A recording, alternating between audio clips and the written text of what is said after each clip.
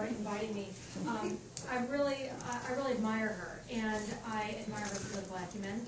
She is someone that I turn to frequently when I was with Fox and Friends to talk to about national politics, because I think what she seems to like about me is what I like about her, and that is that she calls it as she sees it. She said one thing that's wrong.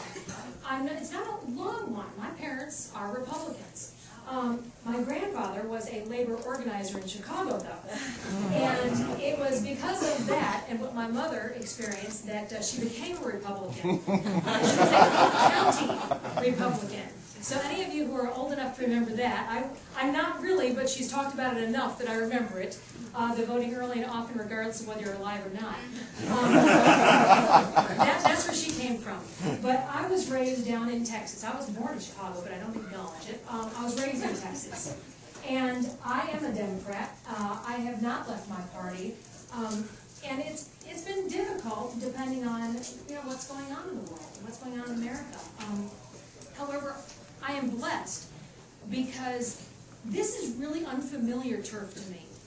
Where I live, it's a tiny town called Driftwood, and the big city that really anyone might know is Dripping Springs. And I am one of less than 300 people in my town.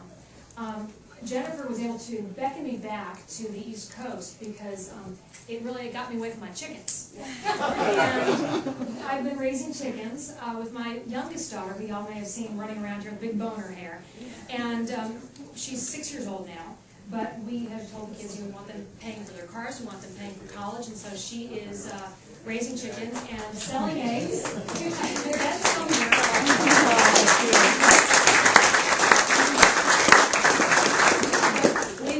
working at farmers markets together all summer long, selling chicken eggs, and they're really nice. But that's the type of insider I am. I can tell you everything about chicken production and egg sales at the farmers market. But in my area, the odd thing is, no one knows who's a Republican and who's a Democrat. My oldest daughter just finished an internship this summer with our local state representative, Patrick Rose, a graduate of Drippin High. And he is a Democrat. We had an equally wonderful guy running against him, Iraq War vet. He was Republican. And frankly, you wouldn't know who was who. Because in our area, no one puts the party name attached to their name or their candidacy.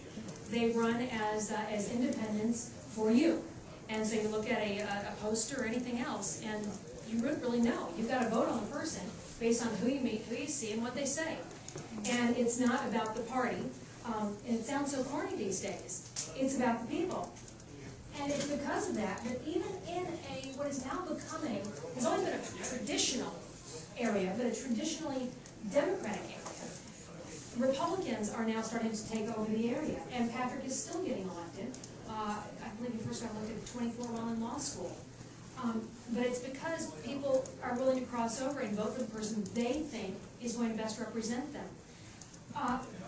So I'm blessed because I come from an area where people look at what we need, not what Nancy Pelosi or anyone else tells them we need, but they look at us and they figure out where's our difficulty. Ours happens to be water right now. We're in a drought down in Texas, so I wish I could bring a little bit of this back home.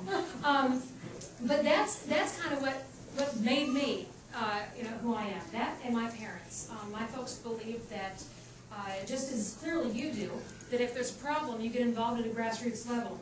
My dad did not like the public school that I went to, not the people, not the teachers, but just didn't feel that it was rigorous enough. In addition, I lived in an area so scattered that our school district was 80 square miles.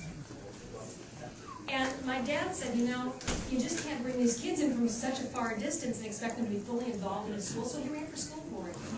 And he talked the board members and the rest of the parents into splitting the district.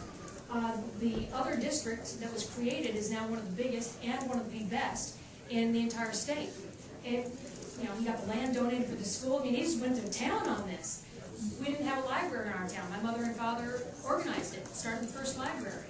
When the school bus driver quit, My dad went and got his bus driver's license, and he drove my school bus. And it was a pain.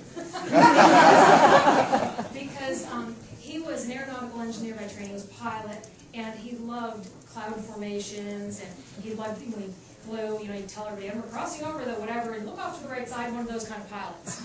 So on the school bus he did the same thing. And the kids had to learn, what planes are we passing by, what tree is that, what creek is this, what cloud formation is that, what type of weather will we have, and that's what they did the whole time.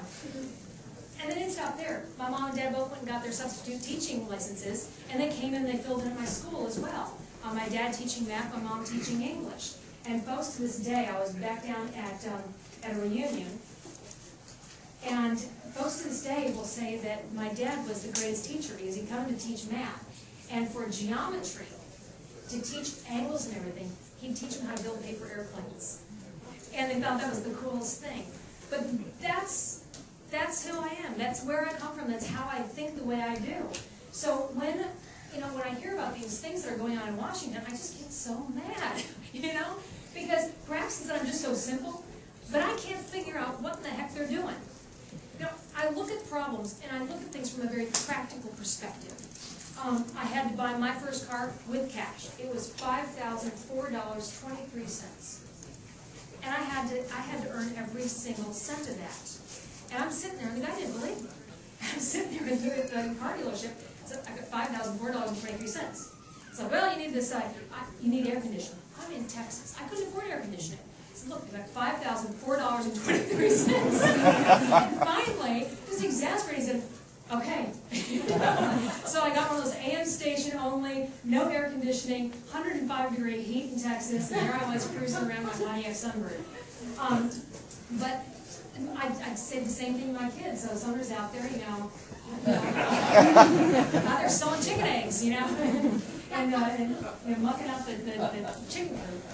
Which they probably don't like. My son, 16, was driving a John Deere, and I guarantee he didn't like that. But, I look at some of the problems, and I realize that Washington has the problems, and our country has some of these problems, because folks don't think that way enough, certainly in Washington, D.C.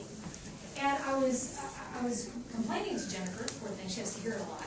But I said, wait a second, we're in this financial mess because some person involved with the finance there in Washington on the banking committee or finance committee or whatever said that institutions were forced, but if you don't, you really have a tough time, basically forced to give loans to people who really shouldn't have gotten loans. It was fiscally irresponsible for them to take loans. But no one was going to tell them that, because it looked good to have those loans out there, because they fit a profile that somebody said, you know what, you've got to do something extra for them. Even if it's not good for them, you've got to do it. So they did. All of a sudden, we got this chance.